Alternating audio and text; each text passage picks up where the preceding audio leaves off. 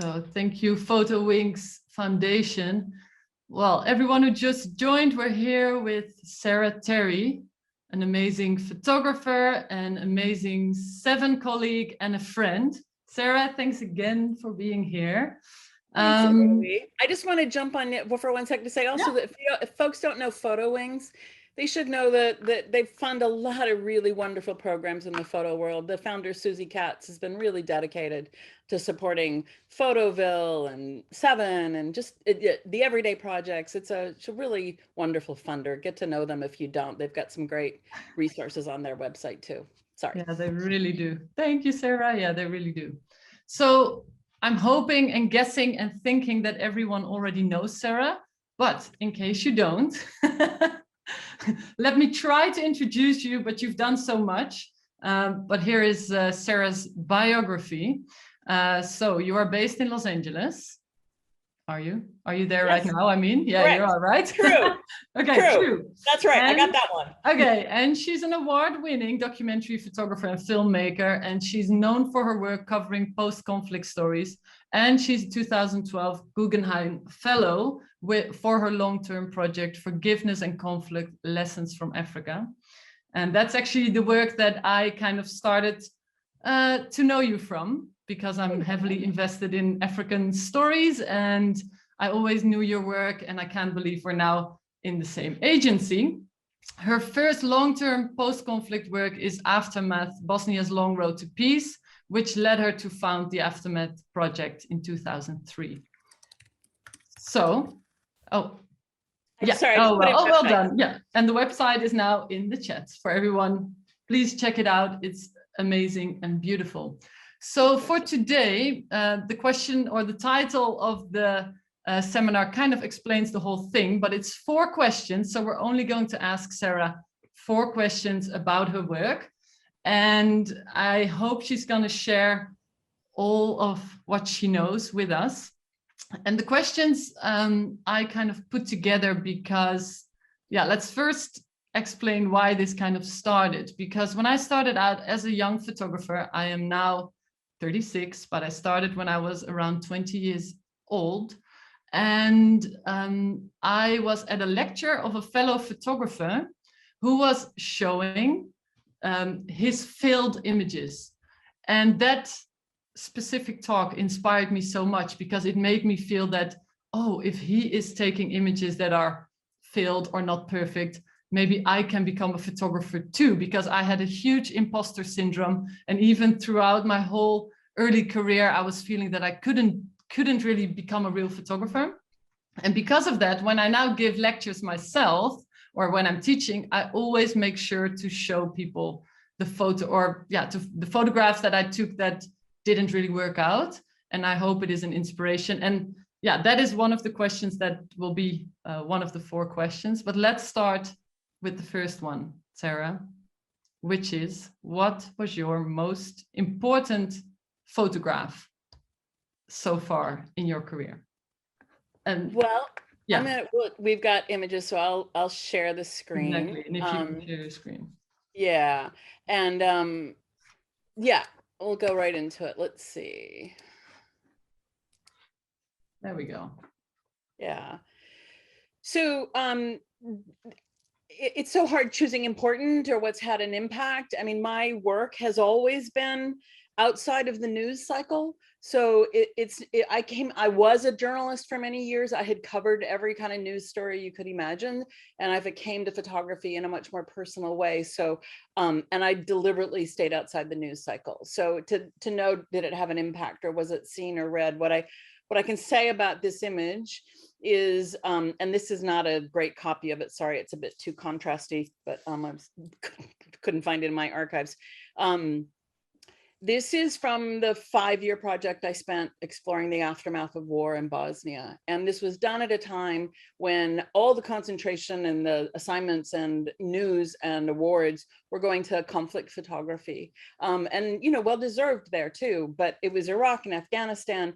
And I was exploring, this began in 2000, what I thought was an incredibly important story, which is what happens when war ends, because it doesn't mean it's over. And so this is a Muslim widow looking into body bags of recently exhumed victims of the banal term ethnic cleansing, which actually was genocide perpetrated against Bosnian Muslims, primarily by Bosnian Serbs and Serbs from Serbia.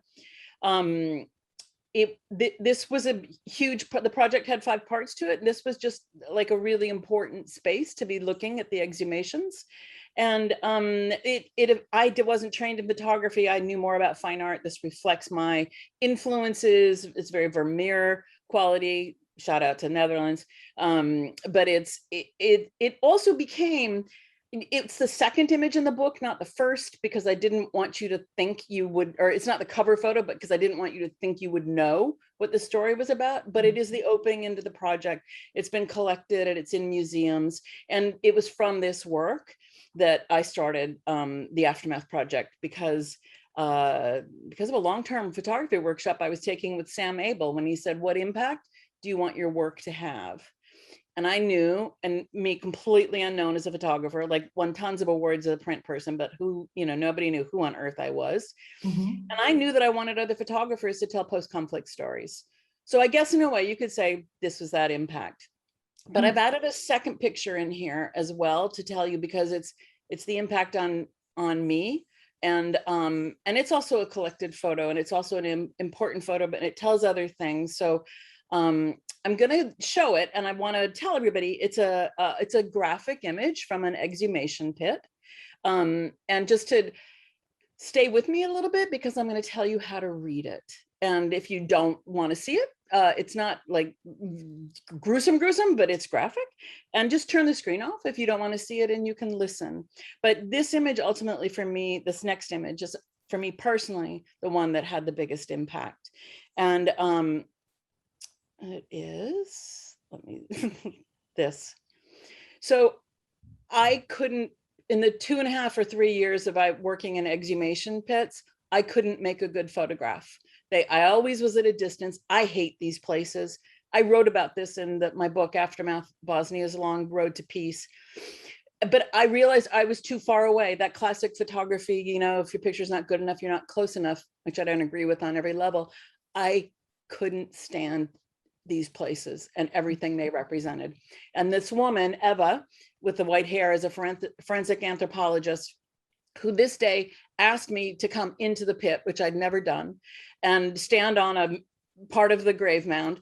And because they had found a teenage boy's hands, and it was a remarkable thing for forensic anthropology to find that it had been preserved. And she made me stand there with her point and shoot camera, and I nearly threw up. And the Bosnia project was all slides with my Leica. And as I saw the picture, though, I knew I'd found the picture that told the story of what had happened in these mass executions. You said this was the first time that you were really standing in the... Right in the pit. I had always been on the edge, always shot around the edge, shot complex compositions. But this one I had to be in there, and it was because of Eva.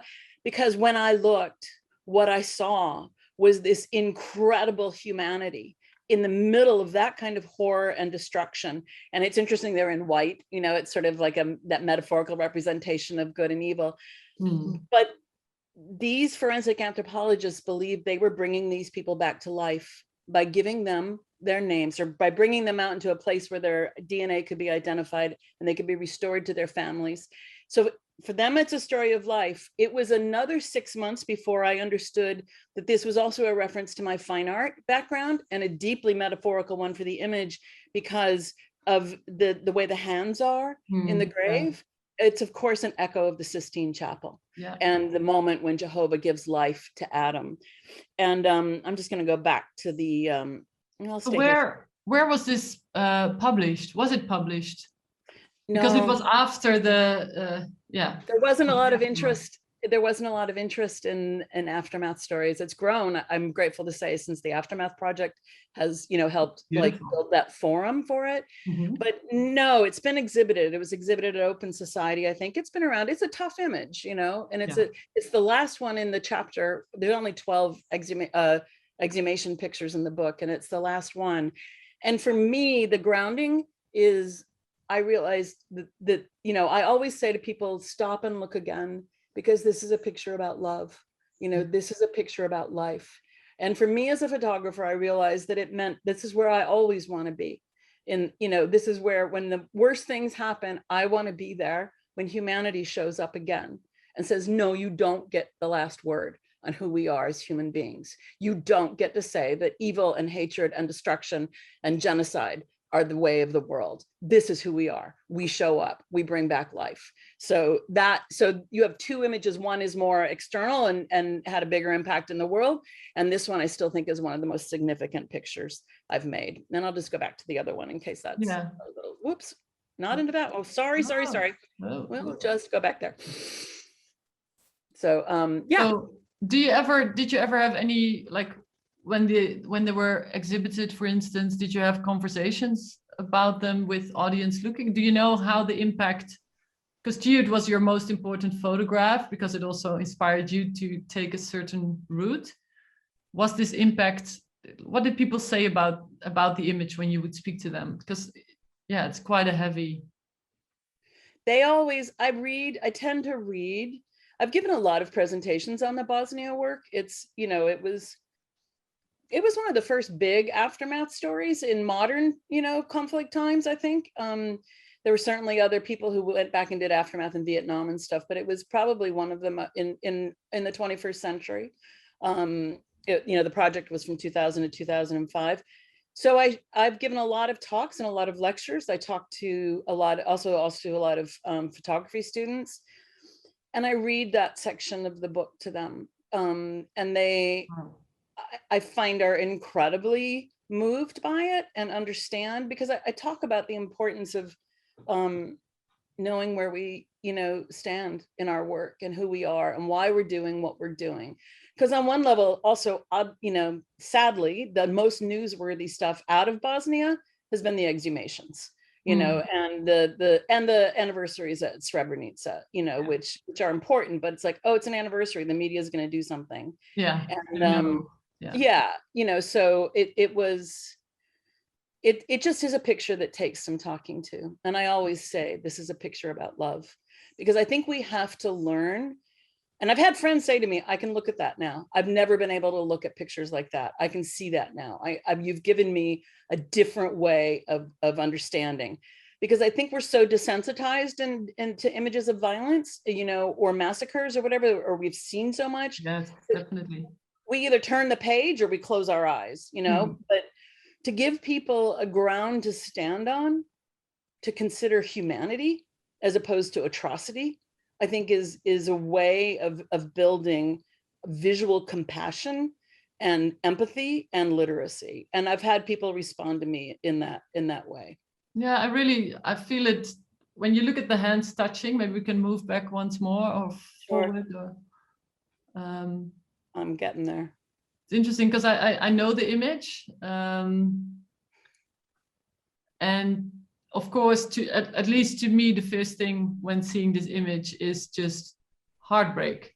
But just to know that these two people, and there are a lot of more of them, of course, are doing this job, and there is a lot of love in this image. It really shows that you were able to capture it, even though it must have been very scary to stand right there instead of on the edge. I mean, the edge already is a lot to handle, I can imagine. Bad enough.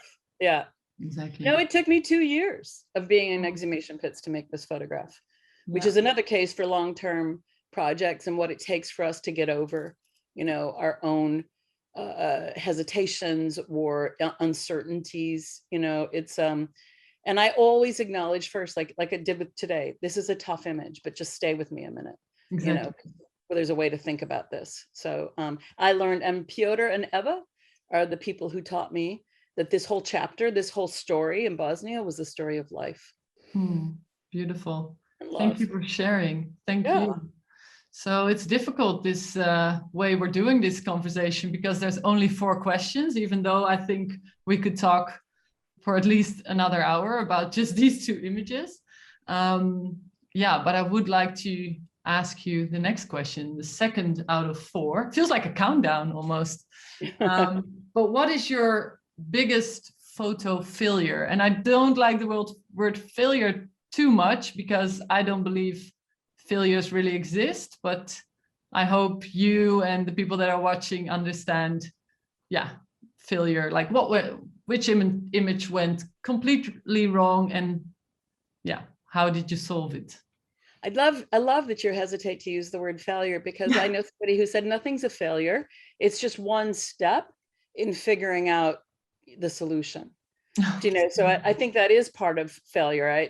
Robert Redford gave an amazing talk on failure, you know, at Sundance one year when I was there, and we don't give ourselves permission to fail, or we read so much into it without understanding that that's part of the creative process. So I think it's really important. Yeah. Now I'm going to ask everybody, do me a favor, because this is a really abrupt change in imagery and I don't want to dishonor the space we've been in. Just like close your eyes for, you know, until I tell you to open them again, because we're going to make a shift and we're shifting to Hollywood. I apologize for the abruptness of it, but these are the, I don't know, the extremes of where I've worked. So I felt that. Yeah, I'm like, yeah. Close your eyes. Okay, you can open them. I am I'm in the union here in the United States to work on TV and film sets. I wanted to be able to do this as backup work. I haven't been doing all that much of it lately, but I used to think that shooting on a set had to be like so fucking easy, excuse my language, because like it's just you're photographing what somebody else has framed, and you know, and it's lit, and duh, how hard can it be? It's some of the hardest work I've ever. How hard can it be? It's lit. Yeah, that's what I would almost think. Like, I know, why is right? it so difficult? I would think there's lights on there. There's a guy or woman arranging the lights, and you are there, and you capture what's already beautiful. Snap. Okay, not true. Here's what goes wrong. There's probably 20 people around this frame. Maybe, I don't know, maybe 12. There's an artist who won't let you photograph during roll. You can only shoot during the rehearsal. There is the question of where I can even fit in this. There's a question of whether or not the crew likes you. There's the question of like, you know, that you've made good friends enough with the camera crew that they let you kind of like, you know, squeeze in to a space to make a photograph. There's also how do you make sure that you're not distracting the artist while you're working on the, you know, lens. And this is a scene from a TV show that didn't last long about a boy with Minnie Driver. And it was one of the first things I did. Actually, my first job was shooting behind the scenes for a part of a season of The Voice, which was like, you know, bliss, because it's like, oh my God, here's all these people and all these things are happening and it's a fishbowl, you know, like I can go anywhere and photograph anything apart from getting into the set where I'd be on camera and stuff like that. But so here I am in this space. I'm using the wrong lens. I've got a Canon 70-200, which is one of my favorite lenses, but I needed to have been on a short lens, the 24-105, which I use on set. And I couldn't get, then there's also takes, all these things, people watching off camera. I went to get my lens. She's a particularly difficult, actor to work with in terms of the, you know, the limitations on it. Some actors are pros and they just are like, yeah, do your job, shoot away, I don't care. You know, some actors you find you know, because you also have to establish some kind of a rapport there to be doing that work. So she's imitating giving birth. And I should have been on a wide lens and I wasn't, but there's also, you can see in one picture, because I can't shoot the taping, in the background of the photograph, in the rehearsal is a tech, you know, like that's what happens. I moved out of this scene to try to get to my camera and they rolled another rehearsal and it turned out I was actually on, I ducked when I saw it and somebody caught me on camera. Oh. There'd been one other little stuff. It was just a rehearsal. It shouldn't be a big deal. But in a set this tight and this fraught, people were so annoyed. They went, so yeah. So here's like, I needed that wide lens, didn't have it. So she's giving birth now, just to like, you should have her legs on it, basically. Completely. You should see that she's on the dining room table. I've got put in 3 here. That's the moment of, you know, like she's in that stress. Nowhere, there's another photo what I took farther back, but has a tech person in it. So I am coping with all these things. I realize I've been caught on camera, or somebody tells me. One of the camera ops is so nice. He goes, there's a reason they call it rehearsal. Don't sweat it. Oh, lovely. That's good. I know, it's wonderful.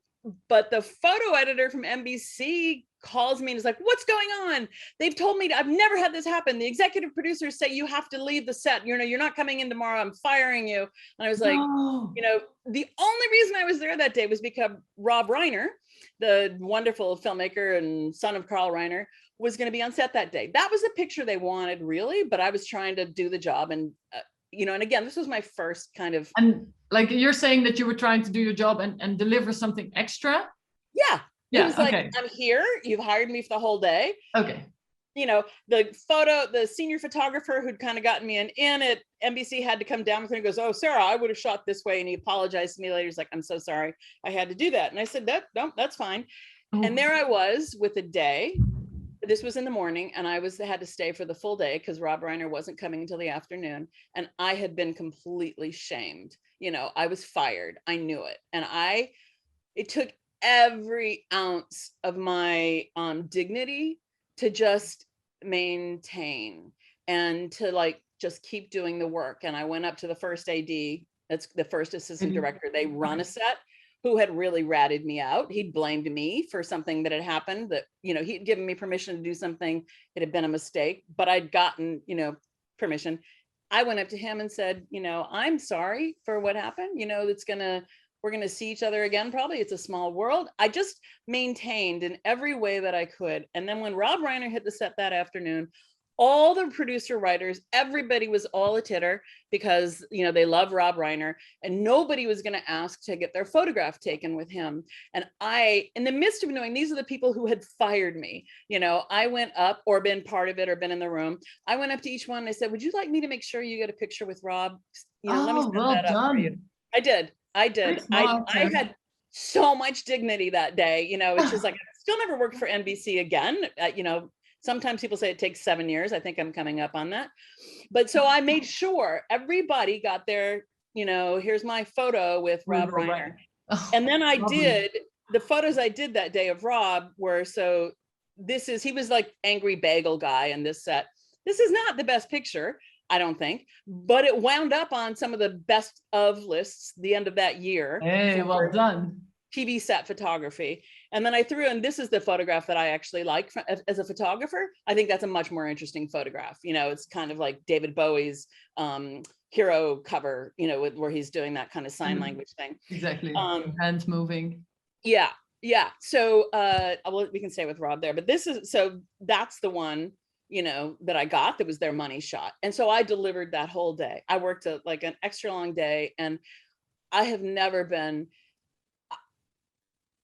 had a problem in documentary work, or when I've had photojournalism assignments. I mean, sure, there's snafus, or people can be jerks, or you can make a mistake, but I've never lived through a day like that, But it sounds very, uptight as well. Like, isn't there a little wiggle room for a little mistake like this? Depends on the set, depends on the director, depends on the talent, depends on so many things. And I've made mistakes on other sets. Everybody makes a mistake on set. You just roll with it. But that was so highly, tuned. It was, so the whole how hard can it be to take a photograph on set? That's how hard it can be, and I'm still really proud of the fact that I just didn't crawl into a hole and walk away that day. Like I can look at it and go, I did a good job. But that is a skill as well. And I think for people who are watching now, and for the ones that are doing photography assignments, I'm pretty sure we've all been in situations where you just don't even know how to save the day. I always feel, just like Sarah says now, just keep going. It's kind of like Dory in Finding Nemo. Just what does she say? Keep swimming, keep swimming. Because that's really what we should be doing. You really feel that if you continue to shoot and just to behave well, it should all get solved in the end. But it's you apologize for what's wrong if you can. If there's somebody you need to apologize to, if you're working for an NGO and you've done something that's offended somebody, you apologize, you fix what you can. 100%. You act with grace. You do not, no matter how unfair it was, don't fight, don't argue, don't call anybody else out, don't blame another human being, just look for grace in yourself. And I also think, it's funny because when I mentioned assignments and documentary work, I've never not had the image be there. It's always there. I have never failed in that sense, which is, a weird thing to say. And in long-term work, obviously I can take more than just a moment, but even in news events, you know, when I've just been really quiet, if I can't find it and I look in a place that I'm not expecting, or I turn around, I mean, I have a whole set of questions that I teach in another workshop that trigger new ways of seeing, you know, when you're failing. But yeah, I just trust that the image is waiting to be seen, and you'll see it. And, you know, if you're going to have to deal with the human stuff around it, you know, and I just think if you can maintain your grace and your dignity, no matter what anybody else thinks from that day, you can look back at it and go, wow, I screwed up, but I did the very best I could as a human being. And I don't think we can ask for more, you know? Yeah, so true. So true. What's been your worst moment? I know this is a conversation with me, but like, what's your, I'm just curious. My worst moment is probably flying to, so I've been photographing stories in South Africa, also a lot of them around Nelson Mandela when he was still alive. And I think I flew to South Africa 4 times because everyone thought he was going to pass away, and he didn't.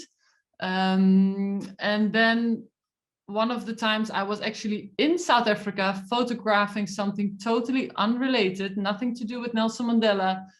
I was there for 3 weeks, and I flew home without realizing he was actually in hospital right in that week.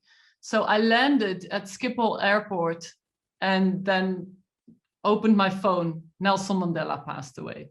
And I could have known he was in hospital while I was in South Africa, but I didn't. And I missed the whole first day because I had to like book a new flight and fly to South Africa. And it was difficult to explain to me to newspapers, like, why aren't you there? On Facebook, it showed you were in South Africa.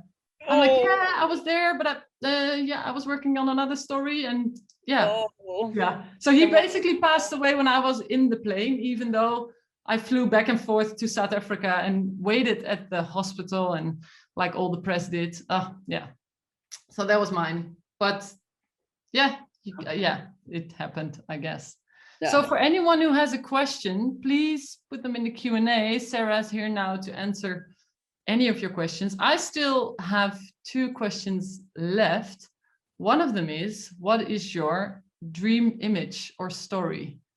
So not necessarily the next project you want to work on, but one that, even if it's impossible to shoot it, but just a project that would be the perfect story to you, that you kind of, you know, you have this project in the back of your mind sometimes. I have, there's 3 actually. In a weird way. It was funny. I thought of 2 for you. One of them is that I would really like to shoot it. BTS is what behind the scenes work is. That's what I did on The Voice.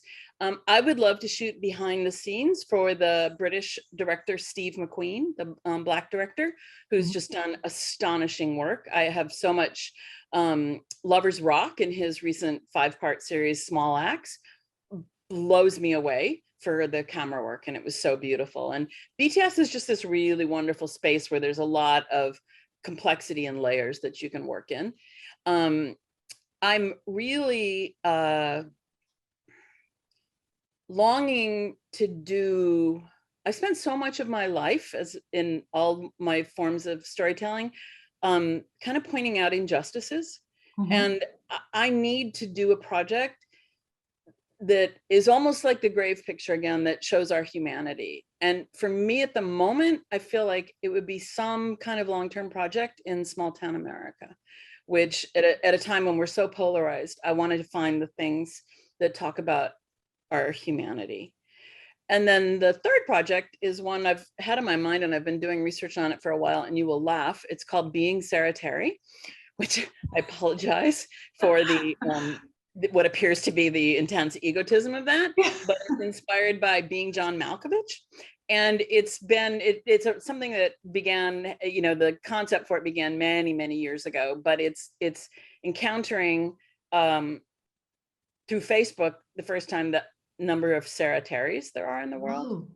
And there aren't that many, relatively speaking, like to John Smith, But when I began seeing like a blonde Sara Terry with 3 perfect magazine picture perfect children, you know, a transgender Sara Terry, you know, all these Sara Terrys, that I just became so fascinated about the idea of what's in a name. And I've reached out to a couple of them. I've interviewed them. I'm you know, want to gather their family photos and my family photos. I don't know what that's going to become. Will it be one, like, you know, conglomerate Sara Terry? But that's, I can't even quite figure out how to tell that story yet. So that's yeah. What a cool idea. Thank you. That's amazing. I could never do it. You could do being Ilvy Njiokiktjien and you'd be the only one. Yes, you know? exactly. It would be the quickest project. Yeah. But this is beautiful. You know, so what about Sarah's with an H? Are they included? No. Just the Sarah's without the H. It's literally Sara without an H. And in some cases, I really also make the distinction as to whether you were born a Sara Terry or whether you married into it. And you're strict. One so for, oh yeah, because it's a different thing to be a name you grew up with. I mean, it's 2 first names. It's Sara without an H. There's really specific cultural context for H and no H that Sarahs know about. Really? Can you, I know I'm not allowed to ask, I can only ask 4 questions, but tell me everything about the Sarah with the H and without. It'll be that was a sneaky way. That's a sneaky way to not ask a question. No, it's just like Sarah. When I was named Sara without an H, it was a more modern name. It was more, I know Sarahs have attachments to the name. They'll talk to you about it and what it means and what strength there is in the name or what it means to have Terry, you know, and it deals with family things. And, you know, the fact that there's a transgender woman who chose the name Sara Terry, I'm like, wow, how did that happen? I'm interested in her. People who married into Sara Terry, I'm a little interested in, they were Sarahs and became a Terry. I'm a little interested in the impact of the name and in the switch from one name to another. But so it's like, how do you do this visually? So it's archives and I mean, and I just got a Google alert, my Google, that's how it, in contemporary times where it began was I had my Google alert set to Sara Terry and these Sara Terrys were showing up. I'm like, who the heck is that? That's not, you know, like there's a realtor in Dallas who's the top commercial realtor in the city, you know, but there's all these different people. I have a whole file. There was a Sara Terry on Facebook who has a picture of herself with her husband in front of the Taj Mahal. I had the exact same picture with my ex from the 1980s. So and it's 2 Sara Terrys in the same spot, different times. Crazy stuff. Yeah. And then there's the, I got a Google alert yesterday and there's a Sara Terry who I'm pretty sure I've tracked her on Facebook. She's getting married on October 29th. And I'm seriously thinking about writing to her and asking if I can go photograph her wedding. Please let us know how this goes. I want to buy the book. If there's a book, I really want this. What is it going to be? A book? It's like, it would be, I think it can be a book, but it's, you know, things like that are partly inspired by like your birthday series, shooting a birthday of every, you know, Hollander through the ages. But like Photoville loves the idea. They're like, oh my God, we could do a panel, you know, like, will the real Sara Terry please stand up? We can do cutout pictures, you know, with being Sara Terry's, you know, next to them. I mean, it's a really funny idea. And if any of y'all take that idea and do it, you know, I'm going to find you and hunt you down. Yeah. Now they're really afraid to ask anything in the Q&As. Now you scared them. Please, people, if you have any questions, ask them, because we are now down to the last question, the 4th question, which is, what advice would you give your younger self? Which might be helpful to some of the people listening here.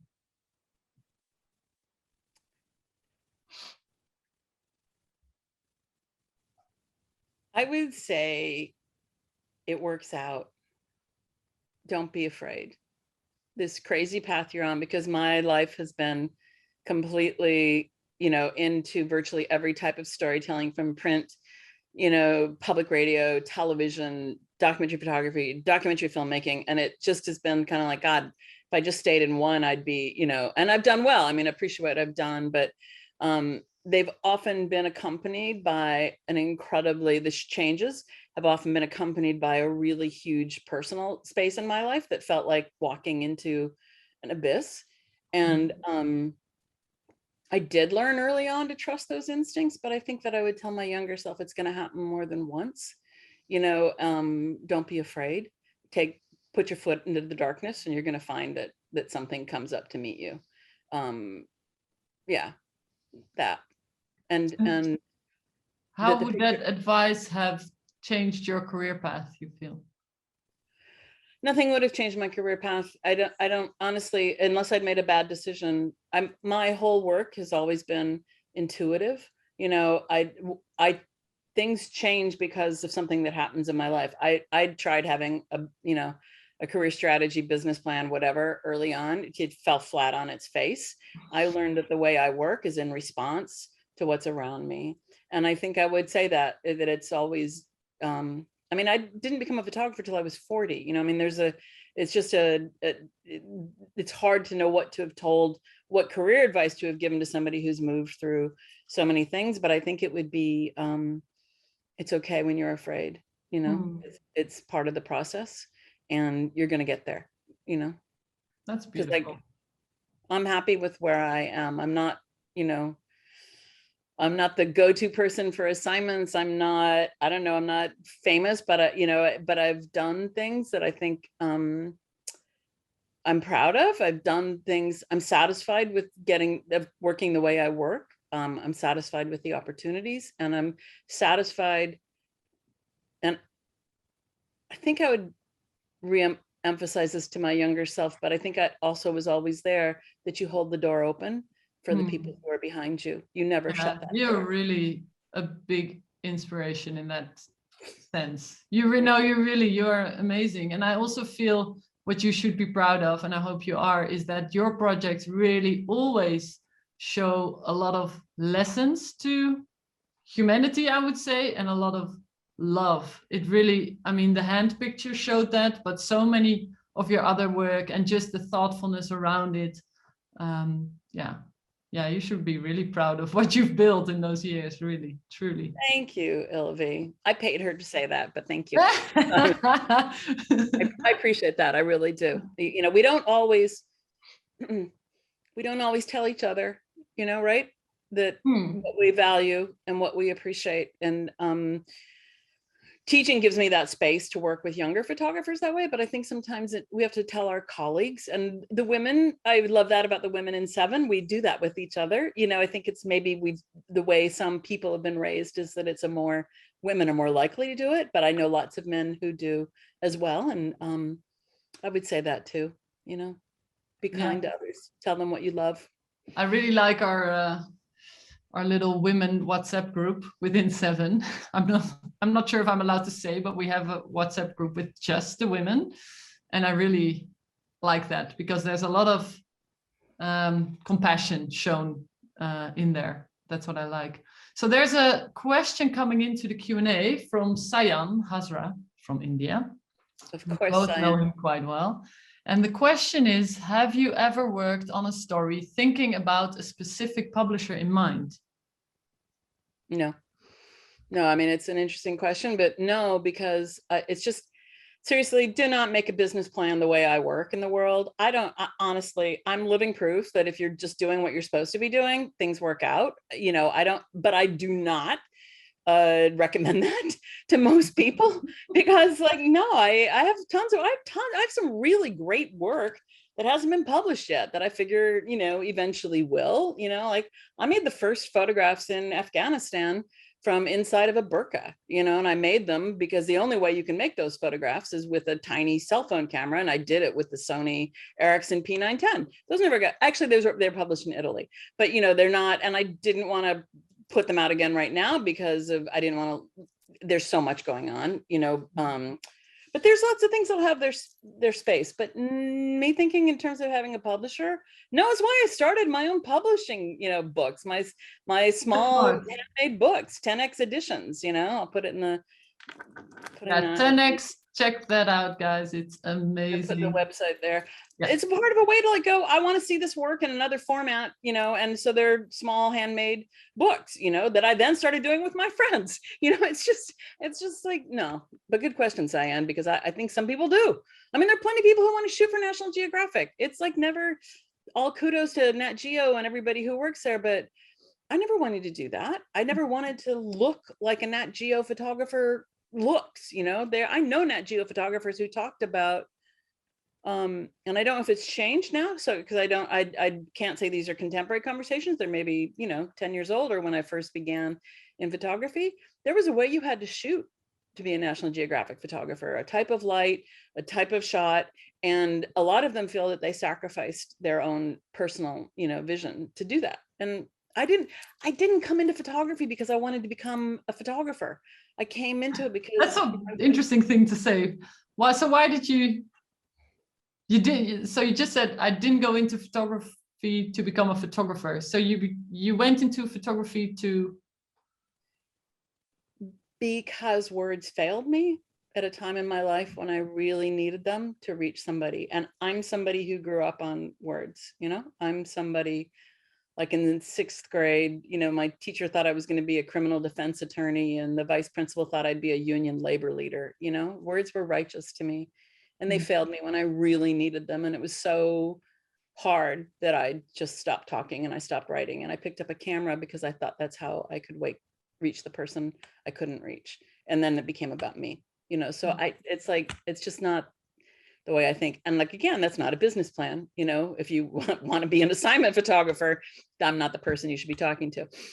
No, but I do think it's solid advice to anyone who works in this industry or who aspires to be in this industry, is that if you are shooting with a publisher in the back of your mind, definitely your work is going to change in a way that might not be as close to your heart as you initially hoped that it would be. I mean, it's always good when you're on assignment to at least keep in mind the publication you're shooting for, but don't start personal work with a publisher in mind. Just shoot and put your heart into it, I guess. No, when you're working for a photo editor, that photo editor is part of your head. They've hired you for you, but they need a photo.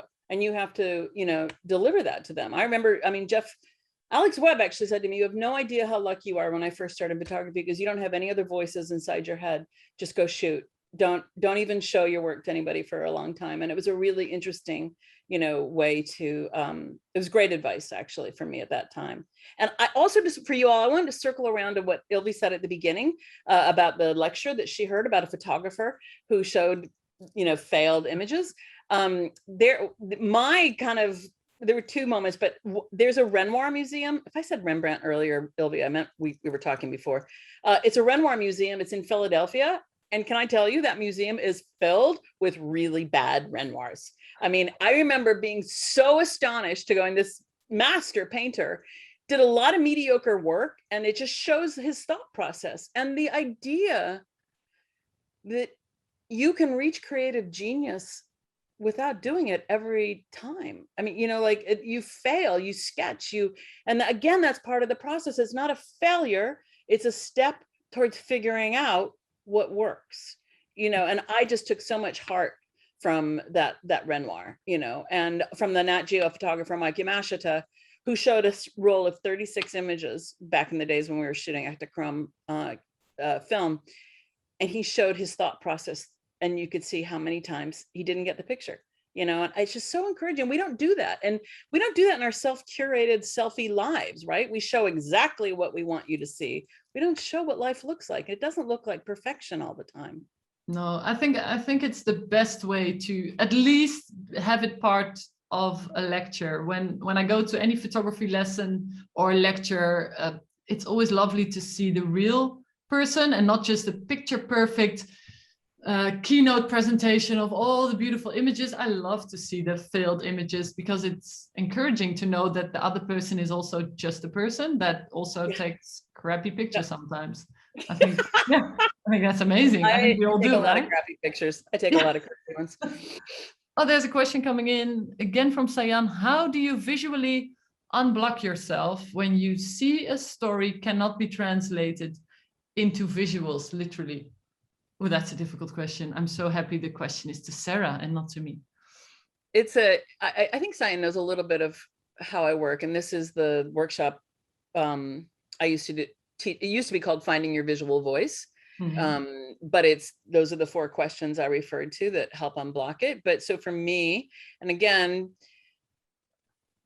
sometimes if you're shooting an assignment and you're covering an event, you just get what you get, right? And it's crappy or not. It's just like, that's what it is. But if you're doing a project that you can work on for a long period of time. You can revisit things, but I use poetry, you know, Wisława Szymborska's poetry. She has 2 very specific post-conflict poems, taught me how to see what aftermath looks like.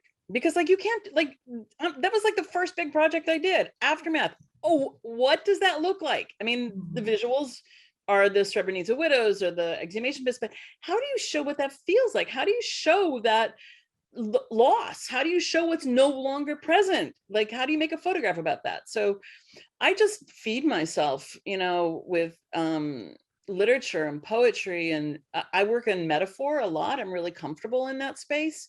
I think visual literacy is a really important tool in thinking that and understanding like how meaning is communicated through imagery. And I think that's something you learn through paintings and reading about what's behind it, you know, or reading like critique for it. I mean, the series that I've been working on, still working on, COVID has made it, I've had to put it on hold for a while, but it's the paintings, the photographs, restaging famous paintings of nude women made by men. I don't know how to make that photograph. I mean, the obvious thing is there, you're flipping the, you know, the painting. Those are on my own website, saraterry.com. But you're flipping the painting in gender wise, but for the meaning and the metaphor of what's involved, I spent 2 or 3 months like researching the painting and thinking about it. So it's a really deep thought process. I mean, it's a good question, Simon, but you've got to really commit, I think, to, you have to detach outcome from your thinking. And you have to be interested in process. So you have to stop thinking about the image you want to make, and you have to become absorbed in process and content. Yeah, that's a great way to get unstuck, not to be focused on the result too much, because if you keep thinking, oh, I need to make this, I need to make this, okay, I need to really finish this now, oh, I need to at least start. Don't tell yourself these kind of things, because it will block you further. I can tell you now, I've done it, and you are stuck. And the way to get unstuck is to kind of let go that voice in your head that keeps telling you, go, go, go. No, just breathe, you know, and then don't push too hard as well.